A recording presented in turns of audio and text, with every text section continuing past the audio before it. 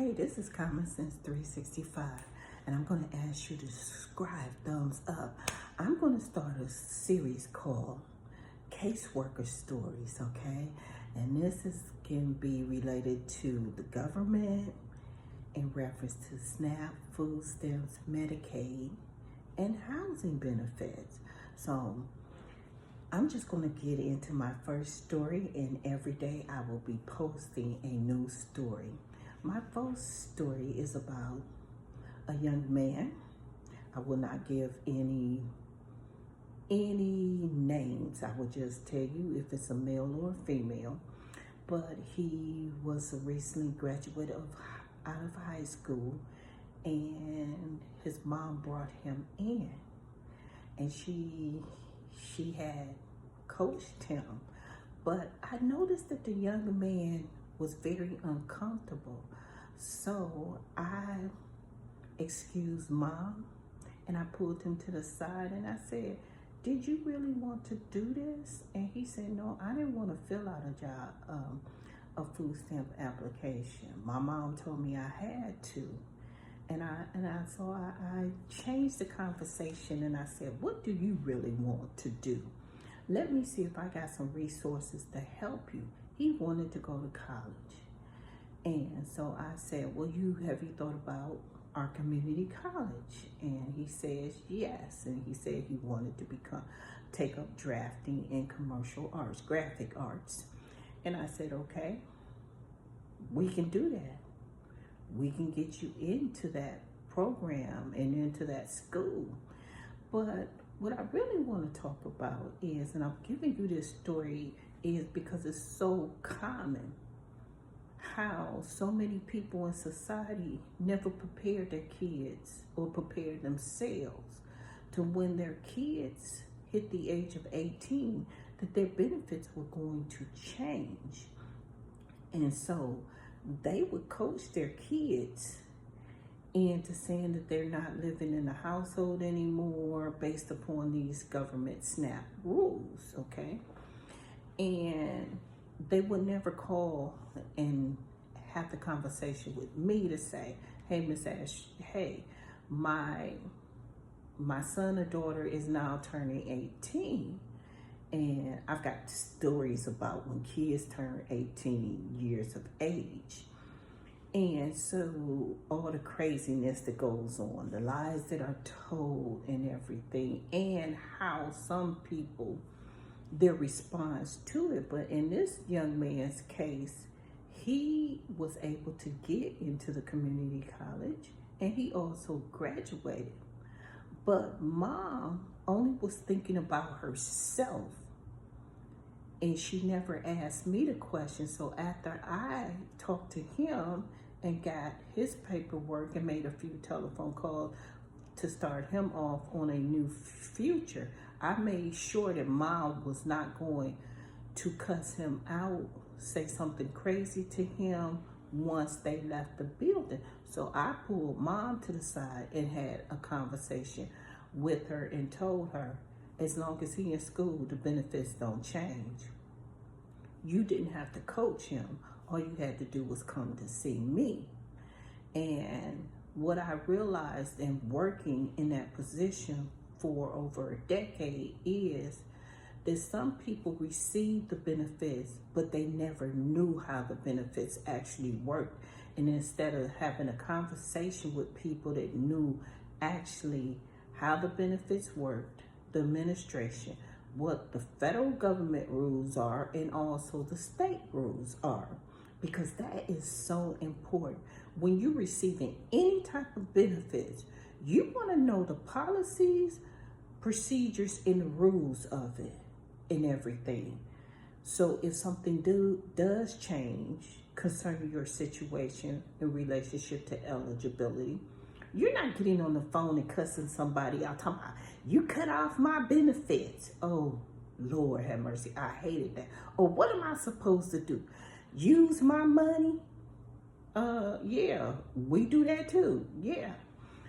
So, some people have a sense of entitlement and everything, and they can come off very, very nasty. And that is one of the worst things you could ever do is to cuss out someone who is controlling your livelihood, because they may not help you, or they can get into the thing. Well, I'm not touching your case for 5 days, because they know the rules.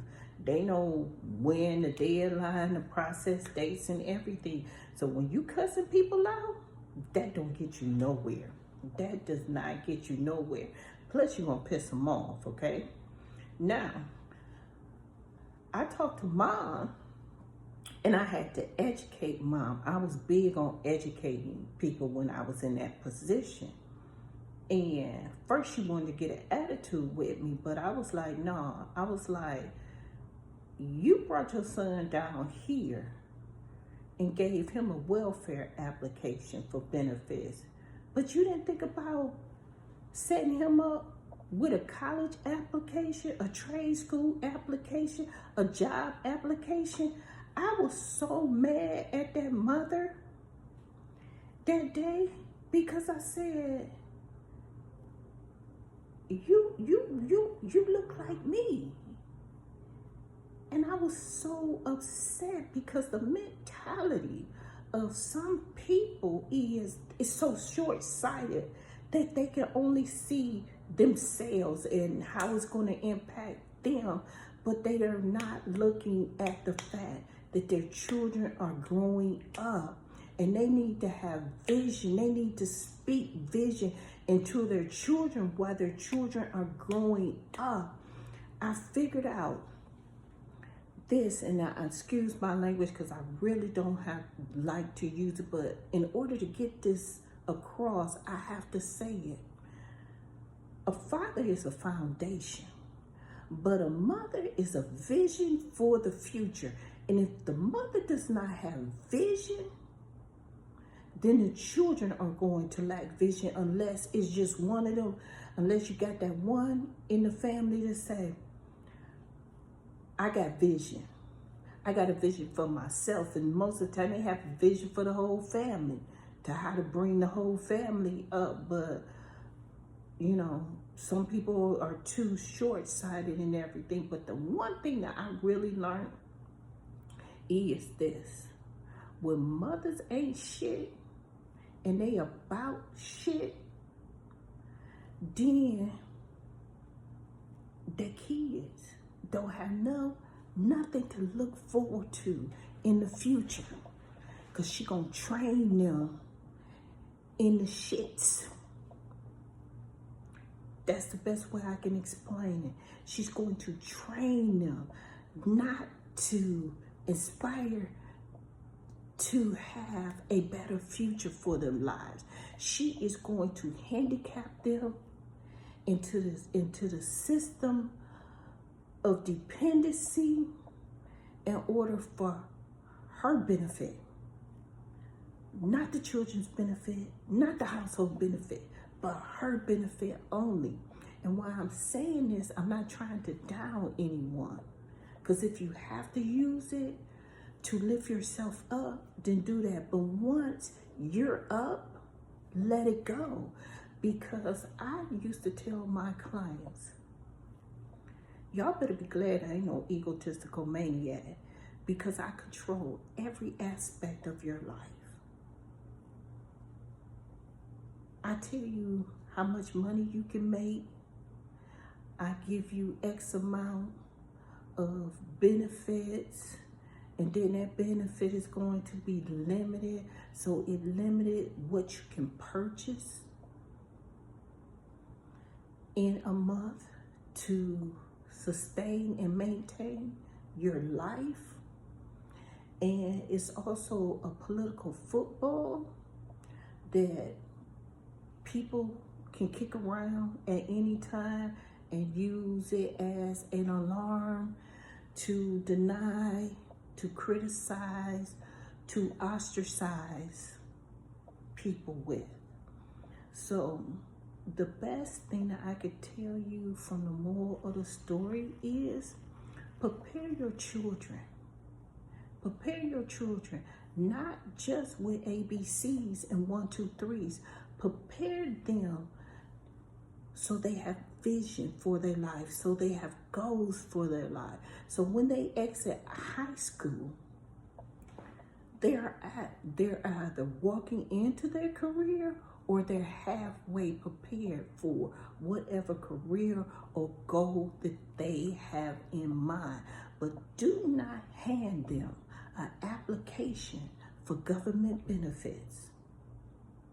No, that is unacceptable.